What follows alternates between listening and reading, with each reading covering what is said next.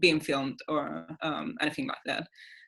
And also please put yourself on mute when someone else is speaking, so to minimize any interfering noise. And I'm gonna hand over to Marcus now to introduce our amazing speakers for the week. Hi again from me to everyone who's joining us this week. It is my absolute pleasure to introduce the two guests we have with us today. So joining us is Jordan Tannehill, a Canadian novelist, playwright, and director of film and theatre. Jordan has been described as being widely celebrated as one of Canada's most accomplished young playwrights, filmmakers, and all-round multidisciplinary artists. Jordan ran the alternative space VideoFag, and over the 4 years of its operation, VideoFag became an influential hub for queer and avant-garde work in Canada. He has written from Akram Khan's dance pieces, Xenos, and Outwitting the Devil. He won the Governor General Award for Drama in 2018 for his plays Botticelli in the Fire and Sunday in Sodom. Jeremy O. Harris is a playwright, writer, and performer living in New York City and London. His plays include Slave Play, Daddy, Xander Zist, Dragon 1, and Water Sports, or Insignificant White Boys. In 2018, Jeremy co-wrote A24's upcoming Zola with director Jasnica Bravo. In television, he's developing a pilot with HBO and consulted on their new series Euphoria. Jeremy has recently been nominated for 12 Tony Awards for Slave Play. Both Jeremy and Jordan are coming here today with impulses and with questions and with offerings to engage with the theme of this seminar series that Eleonora gave kind of a brief reminder or introduction to. So in this sense, it's going to be a space for collaboration, for exploration, and for the first half before we open up into questions. We'll hear from both artists. We're going to start with Jordan, then go to Jeremy, and then I'll engage with a conversation. So let me get out of the way and allow that to start by handing over to Jordan first. Thank you. Yeah, thank you so much, Eleonora and Marcus. It's lovely to be here, and obviously spending time even in virtual space with Jeremy is a super big pleasure and honor. I mean, he's a great friend of mine and also a major inspiration. So this was really great. And thank you also for everyone who's joining us today from around the world. Hopefully this is, spark some ideas and spark some discussion. I'm looking forward to hearing from all of you at some point later in our hour and a half. So at the moment, as a theater artist, I'm really interested in the spaces that exist or may not exist in our art form for the ecstatic, or for places or experiences of abandon, transcendence, and the sublime. And specifically, those states outside of the religious or dogmatic contexts in which maybe they're normally associated. So in kind of more secular or cultural contexts. And for me, since moving to London about 4 years ago, I have found the ecstatic most keenly, and I've felt it most keenly within rave culture, and to some extent also within fetish culture. And I'm, as a maker of live performance, and but also as an active participant in queer culture and queer counterculture in London's East End, I kind of wanted to, talk about my relationship with those scenes, specifically as it relates as well to the Dionysian mysteries, or what I see as links between rave culture and the Dionysian mysteries. When I was given the invitation to speak, thinking about queering the classics, I mean, when I think about queerness or queering something, I think about the ways in which queerness liberates us from the norm. And I think about that which deviates. And in the classical world, this radical liberation of self from the strictures of society could be found within the Dionysian mysteries, much like it can be found, in my case, I feel like, within rape culture. So the mythological origins, and actually later, I think Jeremy's going to touch on the Seder plays, and the two link really beautifully together, the Seder plays and the Dionysian mysteries. Of course, because the mythological origins of the satyrs are so closely linked with the advent of Dionysus within Hellenic culture. So the satyrs, for a little background, the satyrs and their female counterparts, the Maenads, were followers of Dionysus. And the satyrs were characterized by their amorality, by their excessive drinking, their fondness for music and for dance, and for breaking down traditional values and barriers. and because of their connection with music and dance and sort of the Dionysic processions, they have a very strong connection with, of course, theater culture and performance culture, which is why also Dionysus, of course, is the god of theater. So the Dionysian mysteries were rituals in ancient Greece and ancient Rome, which sometimes used intoxicants and definitely used music and dance to create sort of trance states, to remove individuals from social constraints, from their performance of the everyday, and to return them to a natural state, or kind of almost like a primordial or animal state. It also provided liberation for men and women from marginalized spaces in Greek culture. So slaves, non-citizens, foreigners, outlaws. It was, the Dionysic mysteries were a kind of a leveler. And when I think about rave culture as well, I think, this really resonates for me. I mean, like raves, certainly the rave culture that I'm a sort of active participant of in, East London. This is a space for outsider culture, for queer culture, underground culture, and house music has been always, whether it's the great early Black producers of house music in America or queer producers, it's always been a sort of a space for outsider culture and otherness. When I talk about the Dionysian mysteries, just a little bit of background, mystery religions were essentially cults reserved for the initiated. So which is why many aspects of Dionysian cultic practice remain sort of lost. I mean, they were kind of sort of lost with the decline of Greco-Roman polytheism. But the rites that what we do know about the rites of the mysteries were that they were associated with the wine cult. And so we're closely linked with sort of seasonal wine production and the wine harvest. We're not dissimilar in some ways from the entheogenic ancient cults of Central America, which used hallucinogenic substances from locally derived plants to induce trance-like states for participants to enter into kind of states of the ecstatic or sort of into transformative ritual. And these rites within the Dionysian mysteries would have involved, could have involved spirit possession, again, which would have been a kind of a liberation from society's rules and constraints, and a kind of liberation of selfhood, in which you kind of you are able to sort of transcend your socialized personality or your ego, as it were, and enter into, again, this kind of primal or animalistic state. And so it's akin a little bit what we would call kind of ego death, something that we might experience today using psychotropic drugs or in some ways through meditation. And in this sense, the Dionysus was kind of the beast god within. He was sort of the unconscious mind in modern psychology. And this for me really resonates. Just to kind of bring it back to kind of a personal place, when I began kind of going to raves and sort of exploring fetish culture within London, I was really struck by an experience, or the experience of kind of the abdication of selfhood, or the sort of the whether it's through, the combination of taking drugs, being in a communal sort of ecstatic space, the sort of the transportive nature of music and dance, exhaustive dance over the course of many hours. There is a kind of cleavage of self that occurs in which you kind of are both a communal self and a kind of non-self, or a self like, you kind of, sort of in a sense, kind of lose oneself, I guess, in that sort of moment of ecstatic collectivity. And I found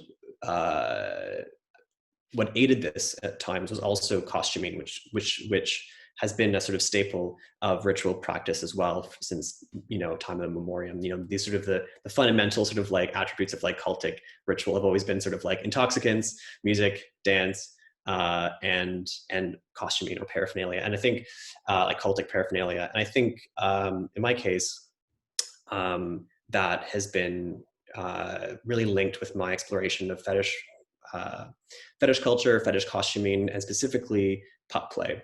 And so for those of you who are not familiar with pup play, it's essentially, like when human adults dress up as dogs in a succinct, in a succinct way to describe it. And donning animal hoods, donning animal masks, in this case, donning dog masks, as a way of, again, kind of escaping the socialized personality or ego, and becoming other, tapping into that primordial self, tapping into that animal self, becoming, kind of a more liberated id.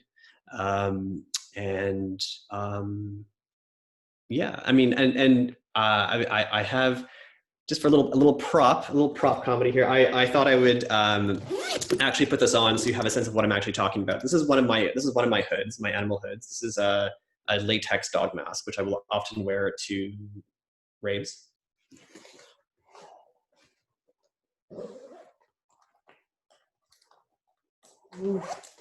As you can see, I've nicely shined it for you guys, so it's quite gleaming.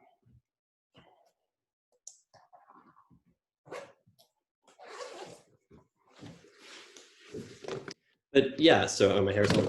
But so yeah, and this is for me the donning of masks and the donning of the sort of relinquishing of self within the collective or within the ritual is again a kind of journey to ego death and a kind of in a sense for me a kind of secular relationship with transcendence.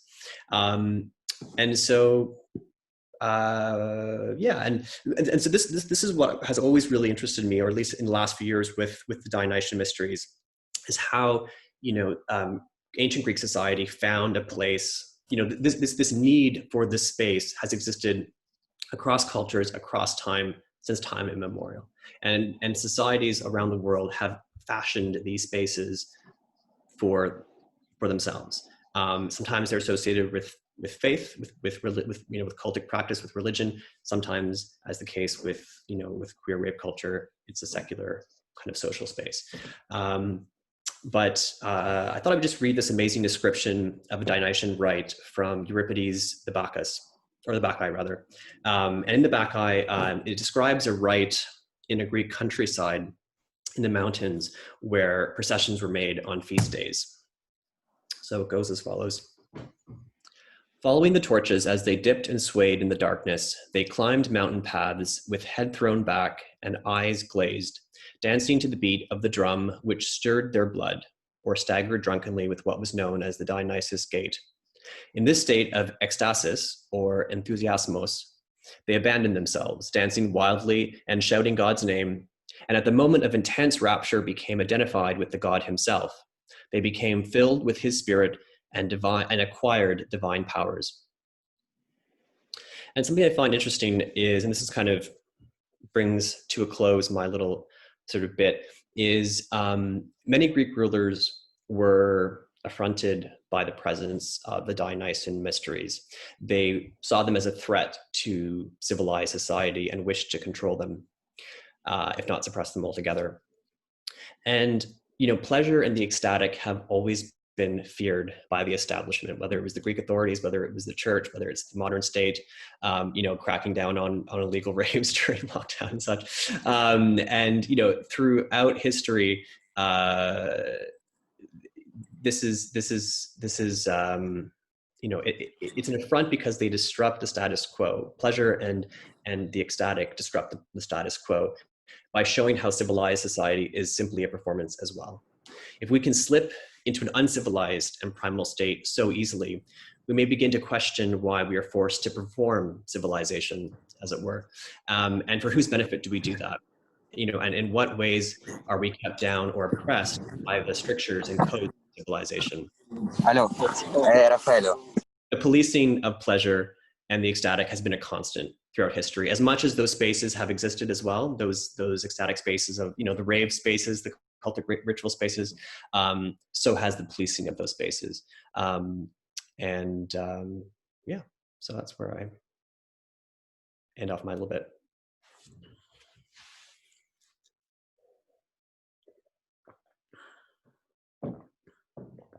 Oh my God, amazing. Yeah, let's all do a little virtual or non-virtual clap or oh my God, yes, there we go. That was amazing. And much like Jordan, I must echo and say that to share a space with Jordan right now is a huge honor. So thank you, Marcus and Eleonora and Oxford for having us here and giving us a chance to do something that we started doing over Facebook chat when I messaged him and told him how much of a fan I was after reading his book, God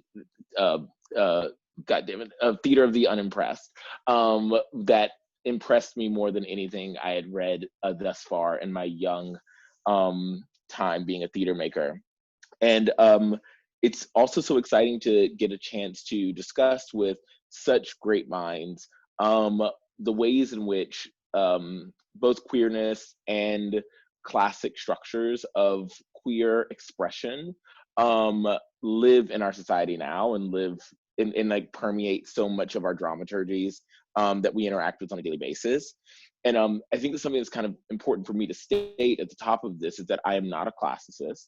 I love the classics. I am a huge, huge fan of so many different types, but I would never in my life step into an arena like this and articulate that I was anything other than a novice and an admirer of certain classic texts and a great thief of certain structures that have impressed upon my psyche. And one of the things I was really excited about talking about was the Seder play. And also thinking about how the Seder play is one of the queerest Greek forms of Greek structures that I've encountered. And moreover, how it's also one of the Blackest Greek structures I've encountered.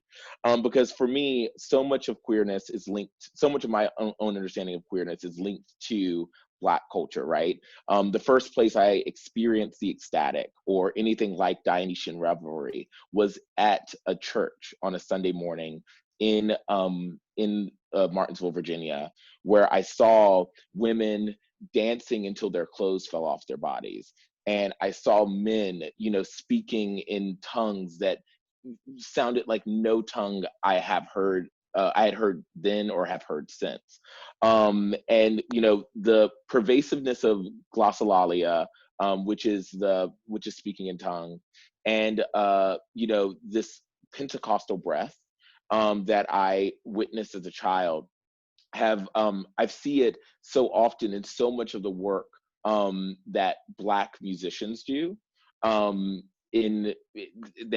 Black musicians that I really love, and Black musicians who've gotten very popular, and it's something I've very rarely witnessed in the world of the theater. So I'm really interested as a theater maker in tracking the ways in which things that were so innate and a part of the theatrical structures of the first theater I encountered, and I consider the Black church the first theater I encountered, how these things that have echoes and, like utter and uncompromising similarities to structures of the Greeks and the Romans, how they disappeared from our contemporary vernacular in the theater, our contemporary dramaturgies, and where they might exist that we might be able to pull from in order to tell these stories.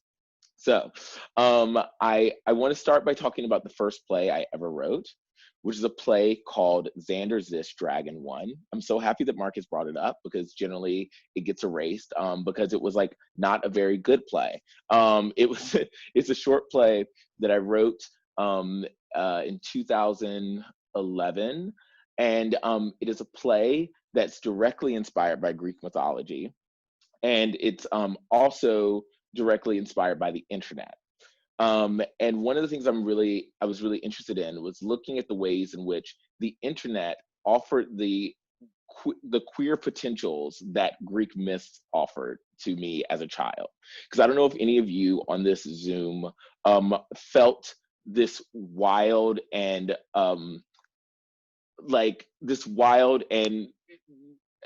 unencumbered glee reading about, you know, Zeus turning into a swan and fucking someone, or, you know, the idea that you know, a woman could pop from their father's head and like that be how she was born, you know, when you were younger and didn't know why, and then later realized like, oh shit, all that stuff was so gay. Like I really was vibing to it because it was so queer. Well, I was one of those people, and I started to think a lot about how the potential for the same potential for erasing oneself, one's identity, being lost inside of the identity that society placed upon me, was the thing that I was excited about in those Greek myths, and how the only other place I had felt that same sort of ecstatic glee was when I was on the early internet, sort of drove my brain towards writing this play called Xander's List. Because something I've thought about a lot is the ways in which for many queer people, their first place of liberating themselves from the selfhood and the identity that society placed around us when they assigned us a gender at birth, when our parents gave us a name, was when we got to go on AOL Instant Messenger. I mean, I'm older than many of you in here, but when I went on AOL Instant Messenger and got to be like Jennifer, who didn't live in Martinsville, Virginia, but who lived in New York City, and like I like would just like create new fictions, new identities, new personhoods for myself, and got to live a full life, liberated from the one that was impressed upon me. And so it got me thinking about the ways in which in those early moments, I was like a demigod. It was as though I got given some like small power, some small ability to enter into the lives and the universes of other people from the Mount Olympus of my desktop chair in Martinsville, Virginia, and become what they said to me was the most important figure in their life. I mean, I had like legions of people obsessed with me on MySpace, and like I had like a following on mugglepride.net, like, you know, because of the universes I could invent for myself. And I looked a lot at Greek, like the structures of Greek plays, and created this weird little play called Xander's List, wherein I melded both of those things into one.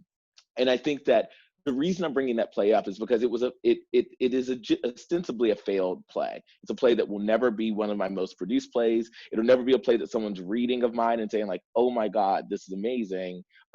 We must like canonize this.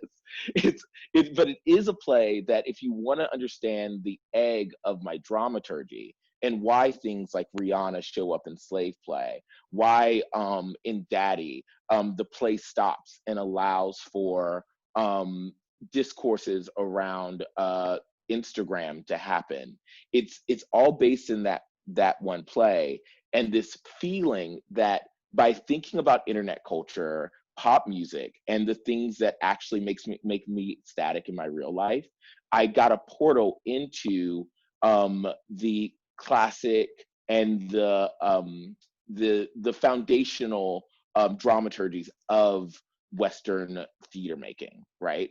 And I've also found my entryway into it in a way through some weird backdoor of technology that allowed me to see Blackness and queerness and the sort of performance practices that had been given to me as a, you know, millennial growing up in 1990s America, into this. It gave me entryway into bridging that education to this classic education that I felt so erased from, and I felt so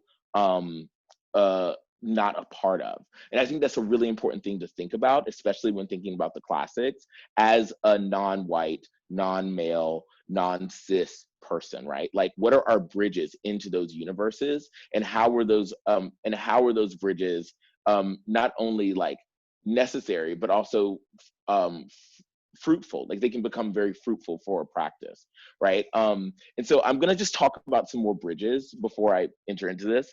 So thinking about Seder plays, and how they function as these satires of the tragedies that we're living in every day, right? Whether that's the tragedy of being like a young girl who is like whose power is erased from her by the state, so much so that she cannot bury her brother in the way that she wants to bury him. Or, what does it mean to feel like a man whose story has been written for him before he was even born, like Oedipus. How do those structures exist now inside of these other places, or how did the Seder play allow us to laugh about this like tragedy we had just witnessed, right? And who's doing that now? And so I think a lot about rappers when I think about people who think about the ecstatic possibilities of sexual harvest, right? And play around with the sort of like comic nature of the phallus. And when I think about it, a performer who's become very popular for doing all of those things, I think immediately of the rapper DaBaby. I don't know if anyone here knows DaBaby, but DaBaby, I think, is a perfect example of a Seder. And so I want to show you guys like one little music video of DaBaby's.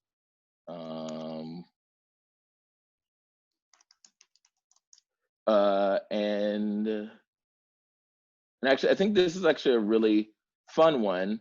And it's also really interesting because something I'm realizing just now as I pull up this music video is that his music video production company is literally called Real Goats, which I find just really funny. So maybe subconsciously he already knew that he was a little Seder. Here we go. Okay, can everyone see this? Something everyone can see. Okay.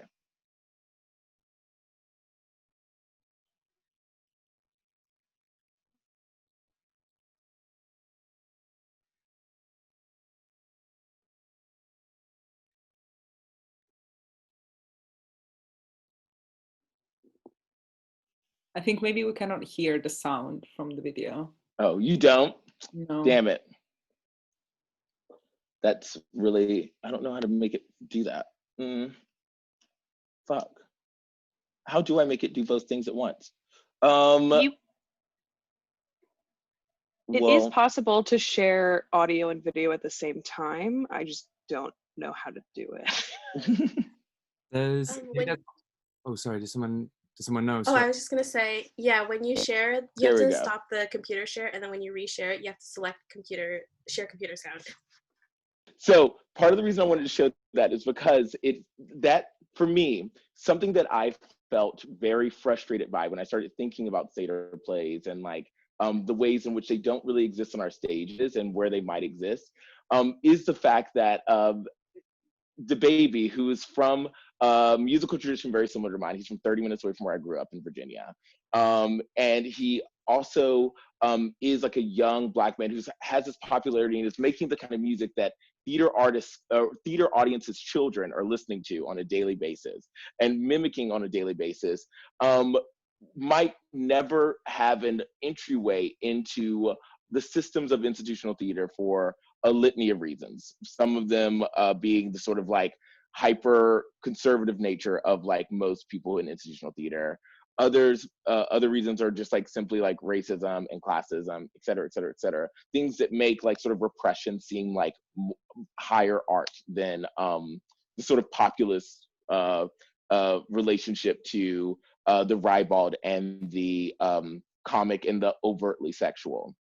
And I wanted to show that to I guess like start a conversation with this group about how we might be able to start seeing some of these like more ribald and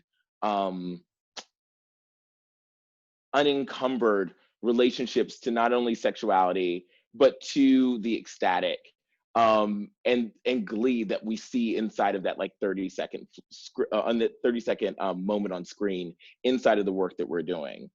because that is constantly the battle that I'm engaging with when I started to play. The first question I ask myself is, how can I make my friends who don't see theater want to see this play? And then the second question I ask is, what plays have existed before that work in modalities that are similar to the modes that excite them, right? So when I think about slave play, for example, the mode of the entryway for inviting my friends in was saying, I want to have a conversation about interracial, living inside of an interracial world that doesn't have room for me and my voice completely. How do I get my friends to sit for 2 hours and think about that? And I was like, well, I know that most of my friends sit for 30 minutes watching porn. So what if that was the entryway for them? In the same way that the people in ancient Greece who wanted to make sure that their audience would sit through the civic conversation about the ways in which we properly bury not only members of our family, but people that we have defeated in battle.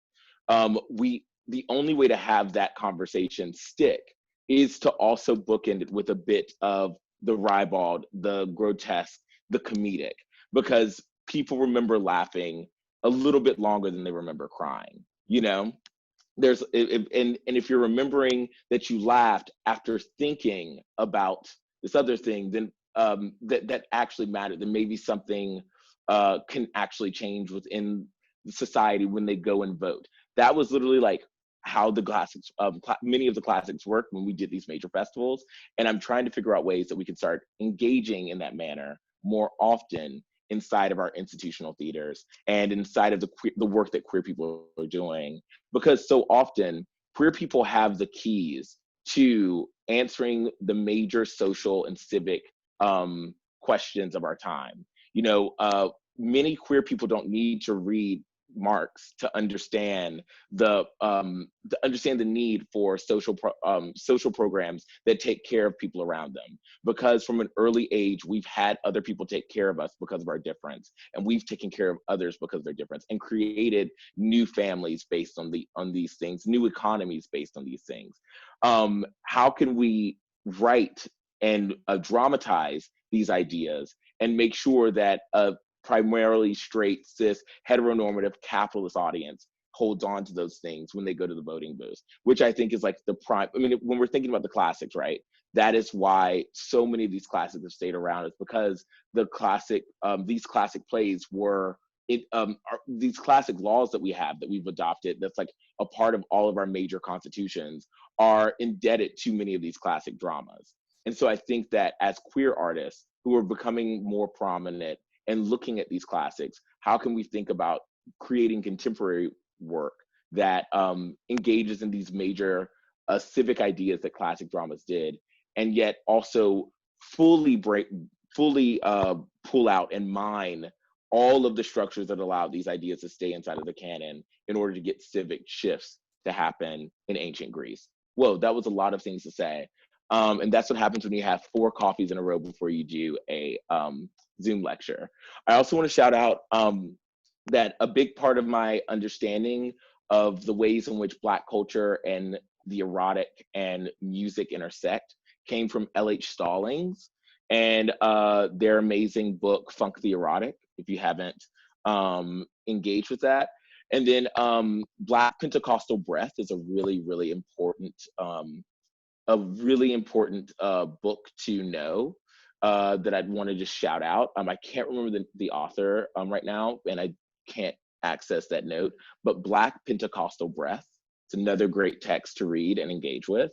And I just wanted to leave with one other moment of thinking about how satire has worked, how the satyr play and this idea of possession by Dionysus and the ribald. There we go.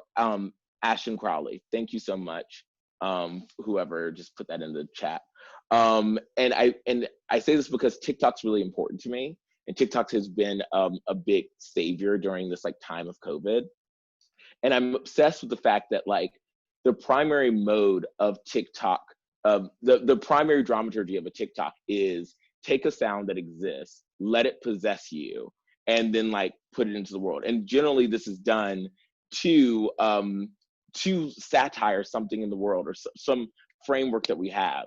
And I was really excited about the ways in which people use the song WAP, Wet Ass Pussy, which I think is one of the best satire plays as a song ever, in order to challenge their parents' idea of young women as sexual beings, right? Like, and that was amazing. I mean, that was like 3 months of TikTok of girls of varying ages, and queer men, I think, as well, of varying ages, challenging their parents' social construction or social idea of like what their bodies could do or should do via TikTok. So I'm just going to show you guys some of my favorites. There's like a little thing I watched. Okay, here we go. Let me just make sure.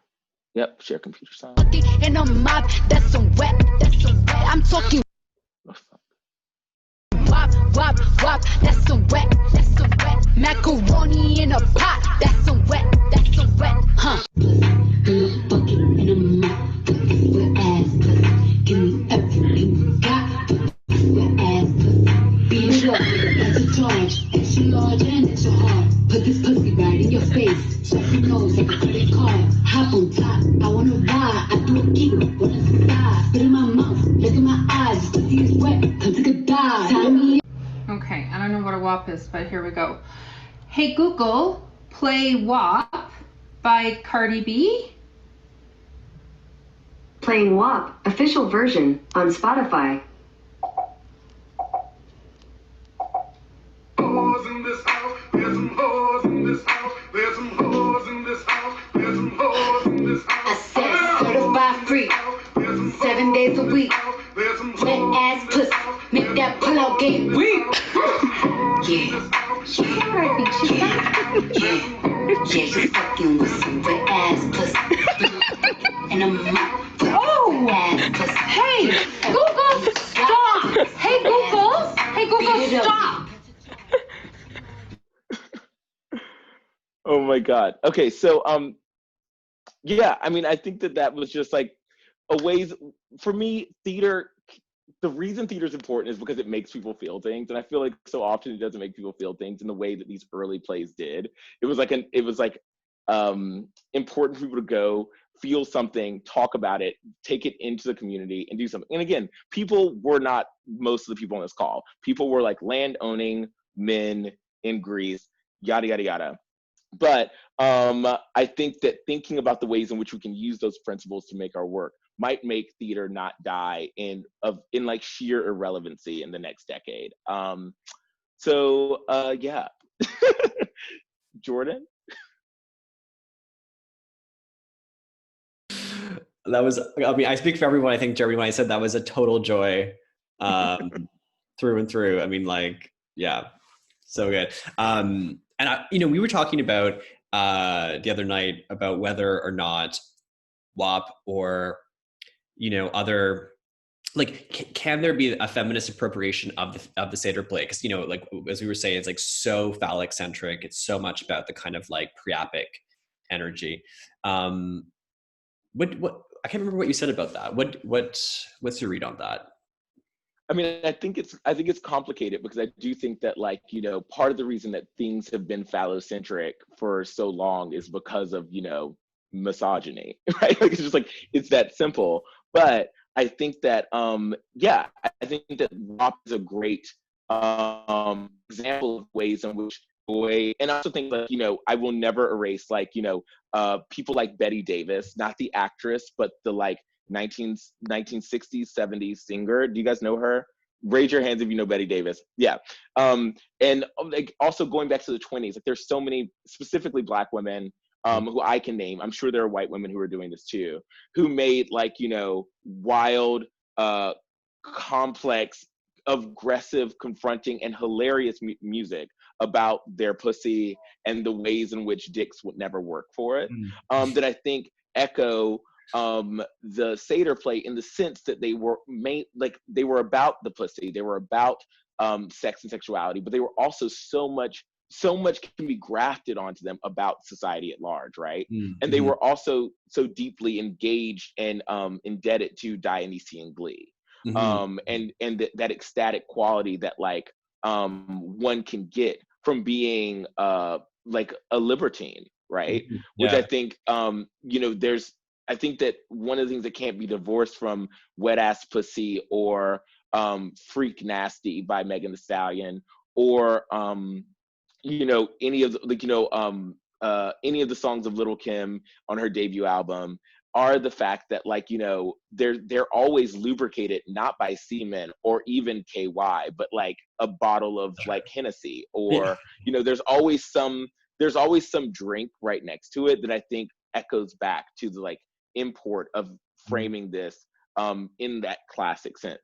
But I'm interested in what you think and how you see this, because I think that when I think about the rave scene and especially the queer rave scene, I often don't imagine women there. That's partially because of my own eyes, but also because the sort of anecdotal conversations I have with specifically lesbians in my life, they've told me they do not feel invited into those spaces in the same way. So how do you see that working inside of this idea of the Dionysian mystery? Well, I think there are there are kind of safe spaces in that world and less safe spaces, and I would say like amazing, totally queer example of a space that feels like truly queer in the sense that and gender fluid and subversive would be like Inferno, for instance, a party like Inferno here in Hackney Wick, which like quite literally has performance erupt within the middle of the party in a truly kind of ritualistic manner. Some pieces by like Nick Finnegan or like Material Fecal or this is an amazing party that that, well, of course, is dormant at the moment, although there is the Inferno Summit coming up. Just a shout out to that. The ICA is hosting the Inferno Summit in December 5th, I think, possibly. But for me, I feel like that's a space, and I agree. I think so much, whether it's like anti-femme, like, or even like just like anti-Black or anti, or ableist or whatever. I think a lot of race spaces can be violent spaces. And I think, this for me is a real beautiful antidote to that. And I was thinking, when you're talking about, being kind of like a young theater gay and kind of looking, or even, like a kind of proto theater gay and looking and sort of what was it about the sort of the Greeks that kind of really sort of got us off. And I think I think back to playwrights like Sarah Kane who were kind of writing, really the contemporary equivalents of the Greek tragedies, and like how like almost like every theater fag universally loves Sarah Kane. It's like, I know you and I both love Sarah Kane, and I think there's something about the way that she ruptures form. It's like she really is ripping a hole through convention, through the normative, through the status quo. I mean, you can literally like hear, like, feel the pearls being clutched. And imagine like, Michael Billington, like watching that opening night and writing like his, like, this, like, what is this trash? What is this, like the collective gasps at the Jerwood Upstairs Theater when that was being performed. I think, and it's there's something so queer about Kane's work, or that, and I feel like so many of us encounter her work quite early in our kind of like theater journeys. It's like someone will like see that like art fag in us and be like, you really should read this, and like will point us in the direction of Kane, and it really reorients us, and I think that's she was tapping into that, like both the bacchanal and the bacchanal violence that was the 20th century. Like, like the 20th century was a bacchanalia of violence and of horror, and that's so she lived, so the libidinal and the visceral live so hand in hand in her work, as it always does. Yeah. And I'm sorry, it's just like, it's making me, something you just said made me laugh so much, because I was thinking about, I just produced a show called Circle Jerk that's indebted to, more so to Buffon than it is to like classic Greek, although like some bad critics got it wrong. Anyway, I was really, one of my favorite jokes in it is when one of the characters, because it's about white gay supremacists who were trying to take over the world and make the whole world just white gay men. And at one point, one of the heroes of the story, or one of the people who thinks he could be a hero in the story, is going through a list of great gays that are like also witty and like transgressive. And he's like, this person's great, and they weren't fucked up. This person's great. And then he's like, Bell Hooks, and he's like, wait, was Bell Hooks a lesbian? And then he just looks directly at the camera, and like, it's a question that like I live with all the time. Like, was Bell Hooks a lesbian? And I feel like Sarah Kane is an early version of that, where like, because of her haircut on the cover of that book when you got it, and you're like, is Sarah Kane queer? And I feel the same is true of so many of my like my female idols, which are like Carol Churchill. It's like, is she a lesbian? Who knows? Like, same with Susan Laurie Parks. Like I remember reading, which is just great. So that's just like a weird side thing that I wanted to say, because it just like made me laugh. But I also think a lot about thinking about, like, you know, specifically how femmes and where femmes and people who aren't masculine presenting in that way have the space and the room to have bacchanalic fervor, like where the Bacchae might happen now. And there's a great adaptation recently of the Bacchae by Brandon Jacob Jenkins that you guys should read, called, I think it was just called Girls, but I might be wrong about that. That was very, very fun. But I think that maybe the best space for that, partially because of the safety and like the fact that like worldwide femmes don't have the safety to do the things that bacchanalic fervor requires, which is nudity, like sex, like etc., without being policed or their bodies coming to physical harm, is the internet, right? Like, I feel like when Sims Worldwide happened, that shit was ruled by femmes and like young girls, like period, point blank, like that, like same with like, you know, I mean, that's one of the reasons why I think that like on PIM 15, one of the major arcs happens over AIM Instant Messenger, you know? So I think that like, you know, people who were not mask presenting have always felt really, really safe and really protected by the internet. I think that's why if you look at Twitter, there's Black Twitter, and by Black Twitter, I mean Twitter is run by Black women, right? Same with TikTok. If you go to TikTok, I mean, it's no mistake that Charli D'Amelio is the most followed person on TikTok, and the next top follows are all women. You know, same with Instagram, wherein women and their relationship to self-portraiture, right, which I think is often derided. But I actually think that something that's really exciting about like the fact that so many young women are taking nudes and like semi-nudes of themselves on Instagram is the fact that like no other time in the history of like women being like photographed or painted have the people doing all of the like renderings of the female form been women, right? Like that's something that's like really next level. So I wonder what you think about that, and like the fact that I think that, you know, something that gets made fun of a lot is that like white buff like cis presenting gay men do the worst in a digital landscape, right? Like they're constantly like, they're not very good at being funny, they're kind of generally just used for their bodies, and like, you know, is there space for like the classic Greek form of like maleness in like in a digital bacchanal, or do they only get to, or have we still allowed them to be embodied in their bacchanalic fervor, but like you know, denied bacchanalic fervor in the same way in a digital landscape? Or is that just me projecting and hoping that I'm better at the internet than white boys? I don't know.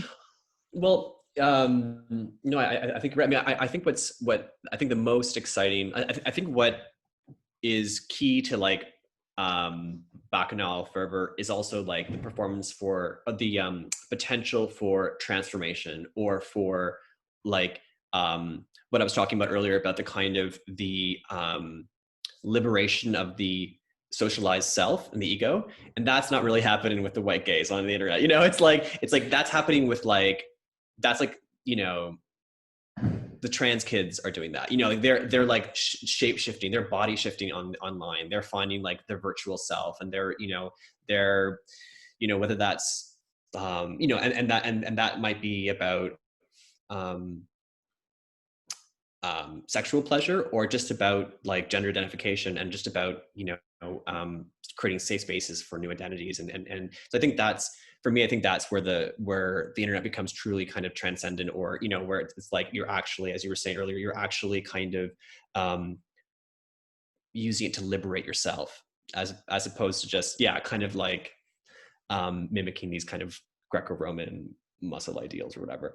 And what you're talking about earlier about Brendan's adaptation, Girls, I was thinking about theatrical manifestations of, or like quite literal manifestations of Dionysian mysteries or the Bacchae and stuff. And I was thinking, like my head goes to like these, large like 24-hour productions like Jan Fab's Mount Olympus, right, which is like these sort of, but I think I always think of these kind of like auteur European directors who are innately, who are so fascinated by this material. It's such a kind of white male straight gaze, GAZE like lens on this material, and I feel like I'm kind of also exhausted by that as well. Like, I mean, as like I'm as much as I'm sure that was an incredible performance, I'm also like, I actually kind of don't want to see Jan Fab's like Bacchus. Like, I don't want to see his Dionysian, right? Like, I'm actually much more like, I'd love to see like Sophie's Bacchanalian, right? Yeah. I'd love to see like Juliana Huxtable's Bacchanalian, right? I feel like I love, and I think these artists aren't often afforded the same budgets, and spaces to do that. But yeah, thinking about like, and I'm wondering like what, in theater, have you like, who the artists do you think who are kind of manifesting that energy at the moment? Yeah. I mean, I think it's really difficult because I do think that sort of the relationship to capital has really shifted the work that contemporary artists do, right? I think that like, in the post 9/11 New York, and I'm going to be very America centric. My apologies. Okay. I might jump over the pond for like a few playwrights, but the post 9/11 New York saw a steep decline in arts funding in New York, which meant that so many artists started doing like 4-character, sort of like in an apartment, in a house plays. And like some of them have been transcendent and amazing. But I think that like, part of the reason there was so much excitement around Taylor Mack's work, right? Mm-hmm. In the sense that Taylor Mack did this 24-hour hyper expansive thing, is the fact that like no other artist was even coming like a quarter towards that sort of ambition, or even that sort of like imagination. We had basically decided that we'd only see those works when Rob Ike or Ivo Van Hove or whomever drove up or Katie Mitchell drove up to BAM or Park Avenue Armory. So to see like a homegrown like version of that was really exciting. But I think that someone who has that potentiality within the work they're doing on a contemporary landscape is Alicia Harris, right? Whose work I think that you can read Is God Is as a small spaghetti western that happens in a black box theater. But if you like actually were looking at that text and how expansive it is, that should be in the Park Avenue Armory. That should be in, our biggest theaters. She's doing this epic Philoctetes adaptation right now, or it's already done. It's called On Sugarland, that I think is going to really like, I mean, it's one of those plays that it was maybe going to go to Broadway this year, and I was like, oh, well, no one's going to give a fuck about my play. It was like that. It's like that fucking good. I was like, I mean, I might as well pack it up and go the fuck home. But then I think like, even thinking about like, some classics, Marita Bonner, who is a really amazing Black female playwright who was working in the tradition of the avant-garde in the 1930s, who many people don't know. She wrote a play called The Purple Flower Play. It's a part of a trilogy of plays. And I've always wondered what would happen if we gave someone like Liliana Blaine Cruz the keys to that play and say, treat this like you treat like lost Greek tragedy, you know, at BAM, or treat this as you would treat, you know, the Hamlet machine, you know, like it has that sort of like expansiveness and bigness, but people who do what we do, right, who sit inside of classrooms and give lectures very rarely bring up Marita Bonner, and they might bring up Adrian Kennedy, but they'll only bring up one play. But I think that Adrian is another great example of someone who has Greek aspirants in all of her dramas, and in the same way that Sarah Kane did and Carol Churchill does. For sure. So I think it's in a lot of the work that happens, but or that has happened and is happening. But I think that when it's not capped in white maleness, or if there isn't that allowable freedom, right? Because that's not to say that like someone like Taylor Mack isn't. I think Taylor Mack was a part of a tradition that grew up without thinking about what institutions were doing. So Taylor did not have that same fear before they wrote 24 Hour. It was just like they were just like, let's go. And I think that many artists who are making in America specifically right now are still worried about eating. And so they tamper their ambitions. And when you've only trained in tampered ambition, you can't dream in the space of the Greek. Wow, that is a quote. Yeah, no, for sure. But I think that I'm really excited to, before we take the break, talk about work that you and I are maybe doing, because I think that when I think about Concord Floral, that feels like it's reaching towards this sort of like grand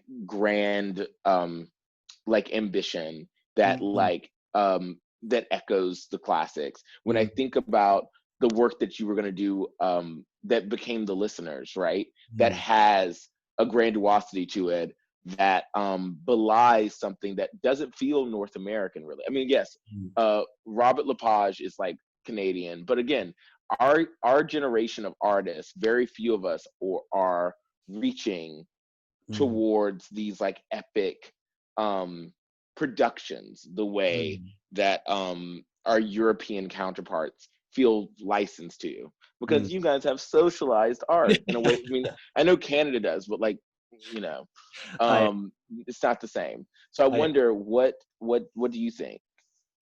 Yeah, thank you for bringing. I noticed that Jillian Kiley, who's the artistic director of the National Arts Centre of Canada, is on this call. I just saw that, so shout out to Jill, and because that was actually where one of the places where Concord Floral was performed. Yeah, no, I will appreciate that. I mean, I think with that piece, just to give some context quickly, some people, it was a kind of a contemporary adaptation of Boccaccio's Decameron. So it's a piece about 10. But I situated it in a contemporary suburb of Toronto. So it was about 10 teenagers, played by actual teenagers, on this kind of like set. Basically, there's this giant swath of AstroTurf, just kind of misted. And it's about a plague that kind of comes to their neighborhood, and how they sort of deal with the audience. So it's sort of this kind of magic realist, sort of suburban Gothic piece, and definitely sort of, you know, I would say kind of in conversation with elements of mythology, insofar as there's like, you know, talking animals, talking inanimate objects. So this abandoned greenhouse is a character, this abandoned couch is a character. And I think the sort of, sort of the animus, the presence of like life in all things, and kind of that feeling kind of,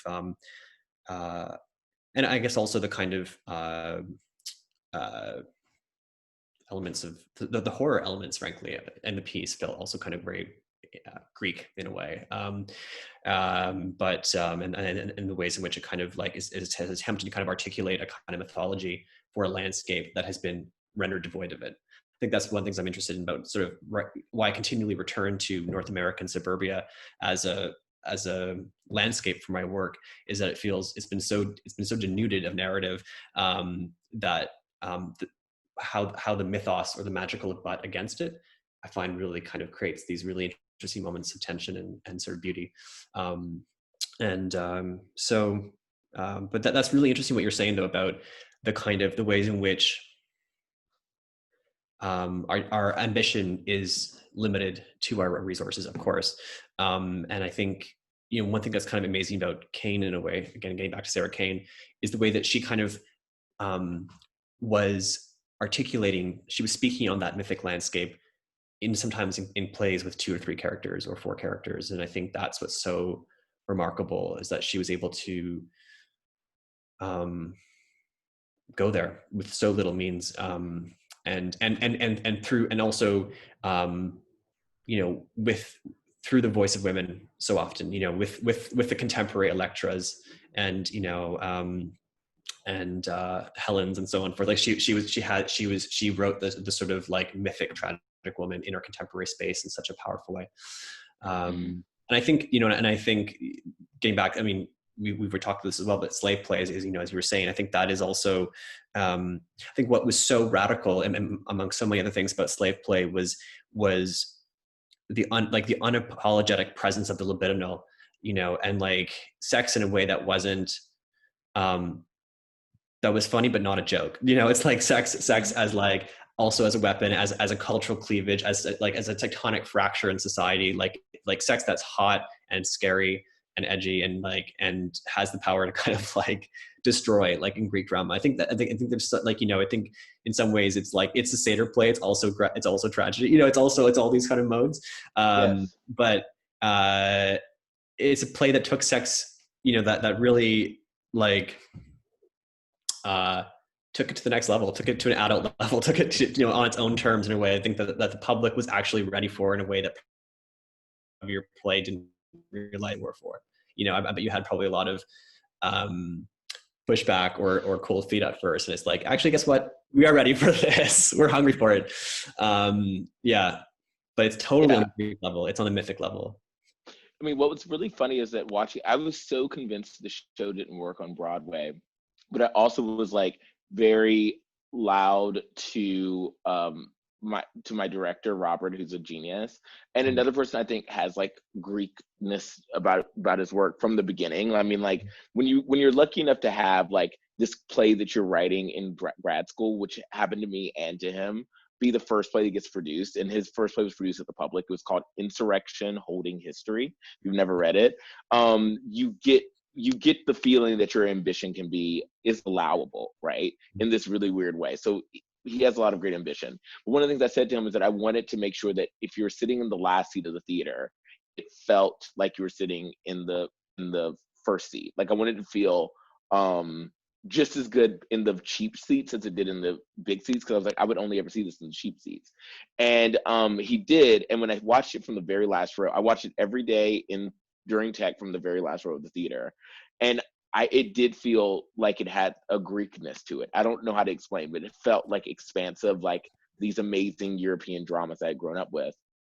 And I think that because my first play that was really affirmed was a play called Daddy that took place around an entire, around this like infinity pool, has like, crazy outbreak where like, someone sings Father Figure by George Michael, ends in a third act with like, these dolls that are bigger, 3 huge sculptures that are bigger than the lead character's body. I've dreamed a lot in Ambition. And I think that I've been really excited about more actively using other classic forms to tell new stories, because I love structure maps and being a formalist who can like know a form and then break it.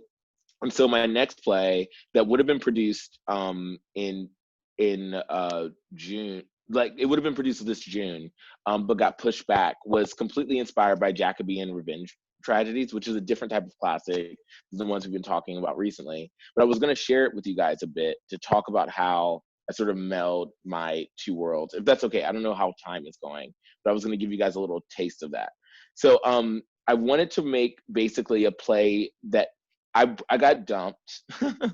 Like you're watching me on this and being like, who would ever dump Jeremy O'Hara? It's like a lot of people like can't stand this. And one of the things that this person said when they broke up with me, because they're kind of a public person, was like, listen, Jeremy, like, he was like, just tell me if I'm hurting you. And I was like, well, you're breaking up with me. Like, of course you're hurting me. Like, what are you talking about? And he was like, well, I don't want to. And I was like, well, okay. And then he was like, oh, no, fuck, I'm messing it up. So he was like, first he said, I was really crying. And I was like, okay, like, are you sure you want to do this? He was like, just please don't write a play about this. Just tell me you won't do that. And I was like, what? Like, that's the first thing you say? And then he was like, oh God, I'm sorry. Just tell me if I'm hurting you. And I was like, of course you're hurting me. But like, also you're not, because I put myself in this situation. Like, I'm the one who, when all my friends said, don't trust him, I trusted you when he said, I love you. And then like, I've fallen on your sword. Like, that's what happened. And then as soon as he walked out the door, I was like, I am 100% writing a play about this. And I'm calling it Tell Me If I'm Hurting You, because that's a fucking title. It's a fucking insane thing to say to someone. It's like, also, it's narcissistic to tell someone not to write a play about you who's a writer, because you know they're going to write a play about you. Like, it's just like a fucking insane thing. So I ended up writing a play about this person, but also a play that I wanted to take place on what I called the landscape of faggotry. So I wanted it to be indebted to all of these queer heroes and queer artists that like had populated my psyche, right? So Felix Gonzalez Torres, James Bidgood, Rotimi Fani Coyote, who like should have been Mapplethorpe if photography wasn't wildly racist in the 70s and now. And then it was also like, James Baldwin, Mishima, all of these figures who like are a part of who I am as a queer person. And also I wanted it to be about this sense of loss, right? Because every gay man I know has no real elders, right? We were raised by no one. We're like the city of lost boys because of the AIDS epidemic, and also just the inabilities to actually create connections intergenerationally in the digital age, I think. So I wrote this play and worked with someone who I thought had more faggot knowledge than me, and he does. And so these are some of our research images. We like looked at the ways in which stages were structured during Restoration Theater and in the Jacobean moment, and also looked at a lot of the art that I was really inspired by, and allowed all of these things to create this sort of miasma or like sort of collage, because I said that the queerest form of storytelling is the collage, because it's made of things you find. It's not made of one material. It's made of like a lot of different material. This is Rotimi's work. This is James Bidgood, Felix Gonzalez Torres. And I was really excited about working with in a mode that I thought was maybe the queerest, one of the queerest ways of forms of storytelling, which was the boys' company, right? Something that we've abandoned. But this idea that like the chicest form of theater you could have watched in like the 1600s was like theater made by 14-year-old boys exclusively is psychotic to me. I'm like, that is so fucking crazy and gay, and like I need it in my life. And also like the idea of like young boys playing me and my friends at the ages they are now feels really important. And also putting boys that look like this young man at the center of a queer narrative, that's engaged with the classics, also felt important to me. It also was heavily influenced by dance and a couple other things. And then I'll just show you some costume images. And then I think, yeah.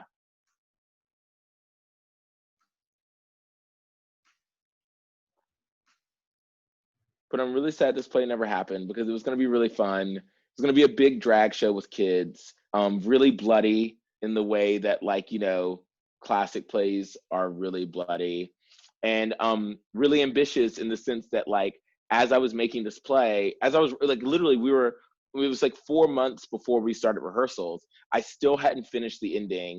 And I still was like, I don't know if this works. Like literally we have actors who are like still in high school playing, like saying things to each other that like I said to my boyfriend, but also speaking in metered text. And I was like, and also doing like full on ballet. And it's like, will this work? Who knows? It has too many things going on in it. But that's why I also like a lot of classes, because they have like too many balls in the air. My God, it sounds totally iconic, and it will happen. And when it does, it'll be in the fucking canon, and you know it. I can't wait. Is it? I mean, I guess it's privileged information. We can't talk about it in terms of when it's happening again. But do you have a sense of when? I mean, again, everyone keeps asking about all the things that are happening this year, and I'm like, when do you want to go to see a play in a theater? Yeah. When do you want to, you know, be in a room with other people? I mean, I think that like I'm really enjoying being an indoor cat right now. But I think that like, you know, the other day I got a picture of a friend and me backstage at a show, and I just remembered like, oh yeah, like going to see a play and then going to dinner. I miss it. But yeah. I think until we can go to orgies again without it being morally reprehensible, we can't go to the theater. Because the theater is like a big orgy of ideas. Yeah, absolutely. Well, on that note, let's take a 10-minute break to pee. Or a break? Oh, we're taking a break. Okay, cool. And have a little water break and stuff. And then we're going to come back and have some questions from all you. I was just thinking, sorry to interrupt, and thank you so much for that like incredible discussion, that maybe if we take a quick 5-minute break. So normally we go to class 6. If you folks are both happy to hang around for like maybe an extra like 10-15 minutes, that way we could kind of take the time for questions. I know people who are on the call might also have to go, but if you want to leave your questions in the chat, people who might have to leave for teaching or other commitments, we can still voice those questions as part of that conversation if you'd like, or get them circulated that way. But yeah, maybe 5 minutes, is that all right with everyone? Or Jordan and Jeremy, would you like 10? If you need 10. That's fine for me. Great, perfect. That's good. Cool. See you everyone back in 5 minutes. Yeah. See you, thank you so much. Bye.